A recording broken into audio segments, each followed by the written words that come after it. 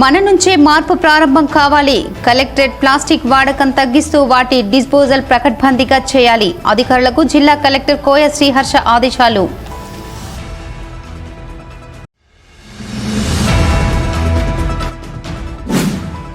పర్యావరణ పరిరక్షణకు ప్రతి ఒక్కరూ పాటుపడాలి. అనారోగ్యాలకు కారణం అవుతున్న ప్లాస్టిక్ కు దూరంగా ఉందాం. పర్యావరణ దినోత్సవ వేడుకల్లో ఆర్జీవన్ జీఎం లలిత్ కుమార్ పిలుపు.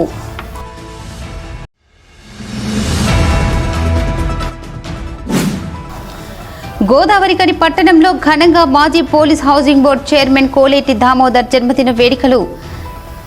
MDHWS ఆశ్రమంలో పిల్లలకు అన్నదానం, ఈశ్వర కృప ఆశ్రమంలో వృద్ధులకు అన్నదానం, ప్రగతి నిరాశ్రయుల ఆశ్రమంలో ప్యాకెట్ మనీ పంపిణీ.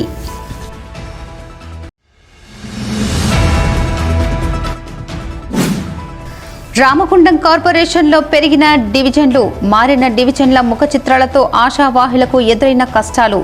రామగుండం కార్పొరేషన్ ముఖ చిత్రంపై GTPL అందిస్తున్న ప్రత్యేక కథనం.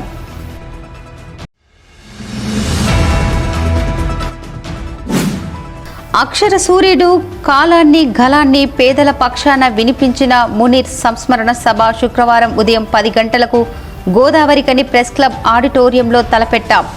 పాత్రికేయులు మాదస్సు రామ్మూర్తి, AITUC నాయకులు కె స్వామి వెల్లడి.